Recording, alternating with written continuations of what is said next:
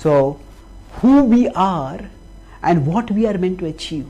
This is the question that the philosophy centered on existence after death or existence before birth, which is all what reincarnation is about. That's what it answers. So whether reincarnation is for real or not, there is a question that is of relevance to every single one of us, because we will be confronted with whatever the reality is in due course of time. Thank you. Okay, so are there like any well-documented cases, that support reincarnation? Yeah. And how do you basically, they are not fake or false, or Okay. these are not frauds, basically? Right. Yeah. Thank you. This was the question which actually got me into serious study of reincarnation. At one level, it could be a sentimental. None of us want to die, and therefore we have some people in the past imagined that there is something within us which lives on after death. But when I got into this field of scientific study of reincarnation, I found that there were many researchers who had done quite rigorous research. The pioneer among such research was Dr. Ian Stevenson from the University of Virginia, and he was the head of the Department of Personality Studies, and over 50 years traveling across all the inhabited continents, he documented several thousand cases. And he had 4 levels of evidences. So the first, of course, was recollections. That, say, children suddenly, when they're 3, 4, 5, or sometimes even earlier, they suddenly tell, "Mummy, Mummy, I want to go to my other mummy." Or sometimes they just start walking away themselves to some other place where they say they live. Or sometimes son tells to his father, "Papa, I was big then, I'm small now." So now this could just be childhood fantasy, but several of the cases which Stevenson found were of clearly documented facts which could be verified. So recollections of verifiable facts is the first level of evidence. The second level of evidence is recognitions. When the children are taken to the venue of their claimed past lives, there they meet people and recognize them, they recognize places, they tell about events that happened over there. That's recognitions. Third is behaviors. It means the children behave as if they were the person who had deceased. So they exhibit the appropriate emotions in the relationship which they had in the previous life. Not only that, say if somebody had died because of drowning, then the children have hydrophobia in this life, fear of water. Although there's nothing in their genetics which might predispose them towards that. And the strongest evidence which Stevenson found, which he compiled in a huge tome called Where Reincarnation and Biology Intersect, is of birthmarks and birth defects. I say, for example, if a person in the previous life had been run over by a truck, had been knocked down and a truck had gone over the thigh, and that had been a part of the wounds that caused the death, then the child is born with a very distinctive birth defect, where the thigh is shaped like normal till a particular point, and then it just becomes a complete hollow, as if it is flattened over because of running of a truck. And researchers have found that these cases of birthmarks and birth defects have no normal reason. Scientists know that birthmarks and birth defects come from 2 main sources. One is they may come from genetics. In some families, some people just have certain birthmarks, birth defects, or they may come because when the mother is pregnant, she may ingest some substances which may affect the body of the child. But in more than 50% of the documented cases of birthmarks, neither of these factors are present. So such cases beg for an explanation. So I'd like to give one specific case which demonstrates this. So, so this is a case of Nasib Unlutas Kiran.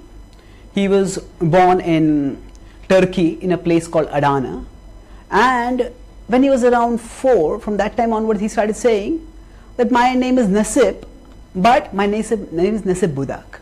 And he said, I live in a place called Mersin.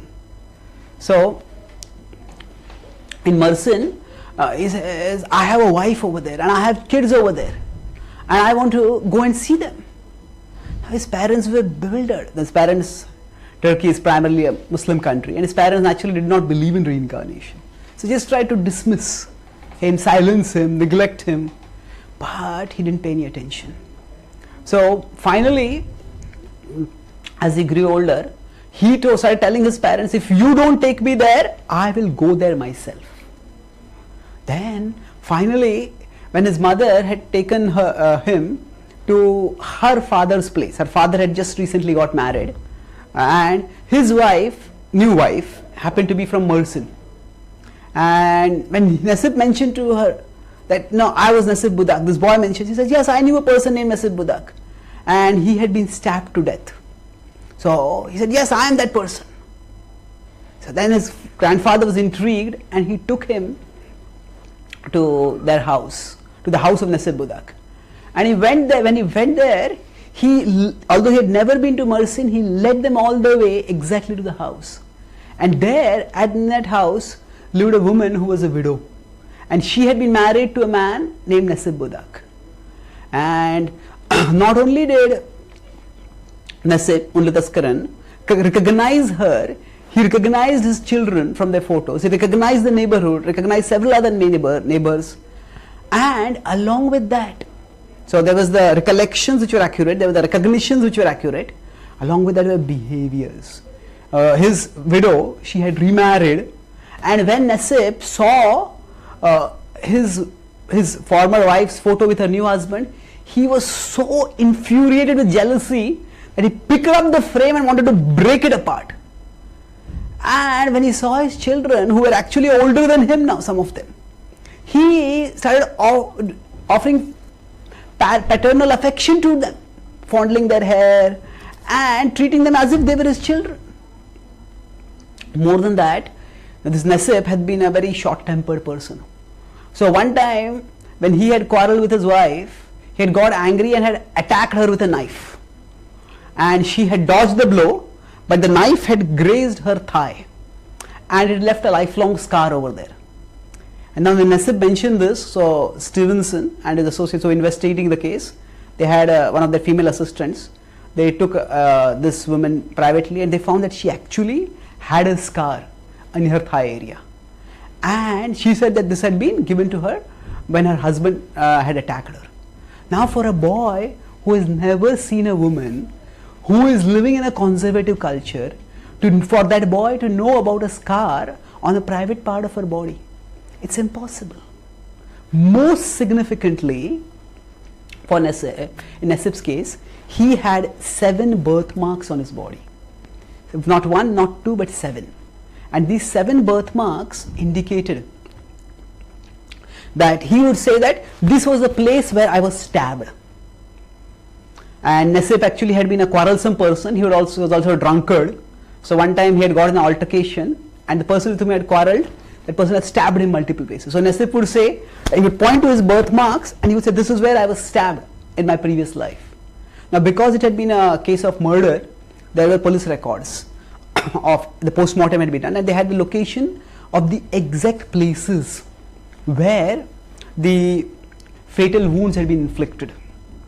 And Stevenson divided the human body into XY coordinates, 120 XY coordinates.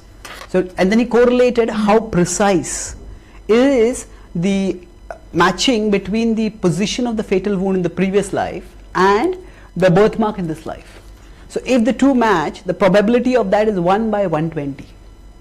Now if 7 birthmarks match, then the probability of that is 1 by 120 raised to the power of 7. So that is an astronomically low probability of such cases. So cases like these are not just 1 or 2. There are hundreds of cases where all 4 are strongly present: recognitions, recollections, behaviors and birthmarks and birth defects. And these comprise very persuasive evidence for reincarnation, that there is something which existed in the body of Nasib Budak, and that something left his body and came into the body of Nasib only Taskiran. So that is what reincarnates.